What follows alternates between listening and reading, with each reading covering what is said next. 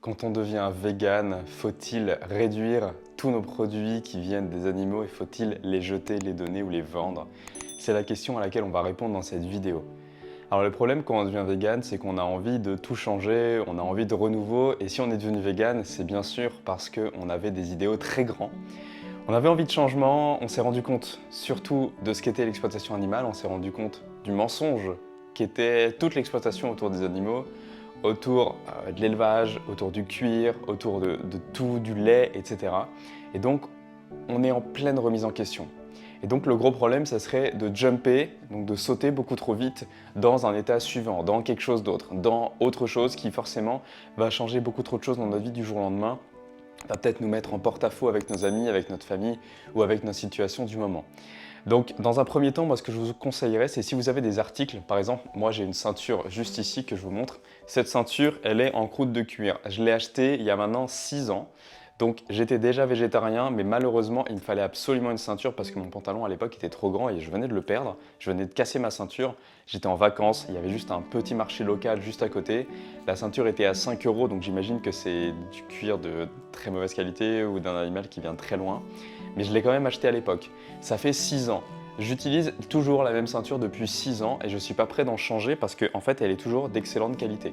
Donc je ne suis pas en train de vous dire qu'il faut acheter du cuir pour avoir une ceinture d'excellente qualité. Je suis vraiment persuadé qu'il y a moyen d'avoir des ceintures de moins bonne, d'excellente qualité mais qui ne sont pas du cuir justement. Tout ça, ça vient juste du fait qu'il va falloir être conscient avec vous-même que c'est pas grave d'avoir ce genre de produit sur vous. C'est pas grave de garder des vieux trucs en cuir. C'est pas grave. Surtout que vous allez en faire des erreurs, vous allez sûrement en acheter des produits avec du cuir dans les années qui viennent, dans les jours qui viennent, dans les mois qui viennent, parce que le cuir, il est caché parfois. Des fois, on va vous offrir une bouteille, on va vous offrir une cafetière, il va y avoir un petit nœud, ça va être du cuir. Et ça, vous ne pouvez pas l'enlever, vous ne pouvez pas faire autrement, vous ne pouvez pas dire à la personne « reprenez-le ». En soi, le cuir ne change rien, c'est juste pour le design.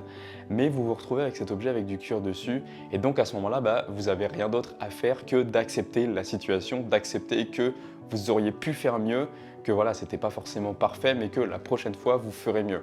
Donc la prochaine fois, si un jour je dois changer cette ceinture, mais ça fait 6 ans que je l'ai et elle est encore d'excellente qualité, si un jour je dois changer cette ceinture, évidemment j'achèterai une ceinture de cuir vegan ou une ceinture en tissu. Je ne vais pas racheter une ceinture de cuir animal, de croûte de cuir.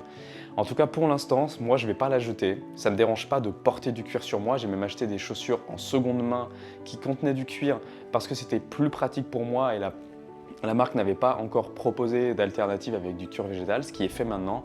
Donc je ne sais pas si vous le savez, mais j'en ai déjà parlé sur Telegram et sur Instagram aussi, donc va me rejoindre là-bas si tu veux en savoir plus. C'était les chaussures Adidas Stan Smith. Maintenant ils les font en cuir vegan, mais à l'époque ils ne les faisaient pas en cuir vegan et je voulais ne pas acheter du neuf aussi. Donc j'ai acheté d'occasion et elles étaient à 45 € au lieu de 100 €. Alors oui, elles sont en cuir, mais pareil, je vais les garder très longtemps. Et ça ne me dérange pas de porter du cuir en fait quand je ne l'ai pas acheté moi-même, quand je ne l'ai pas acheté en mode je veux du cuir, mais quand je l'ai acheté parce que j'avais pas d'autre choix à l'époque et que maintenant je la garde encore comme cette ceinture d'excellente qualité. Donc voilà, maintenant si tu veux en savoir plus, si tu veux apprendre à végétaliser ton alimentation, je t'invite à t'abonner, à cliquer sur le rectangle rouge en dessous de cette vidéo et évidemment à liker la vidéo. Nous on se dit à très vite dans une prochaine vidéo. Allez, c'était Alex et surtout n'oublie pas de manger et de vivre en conscience.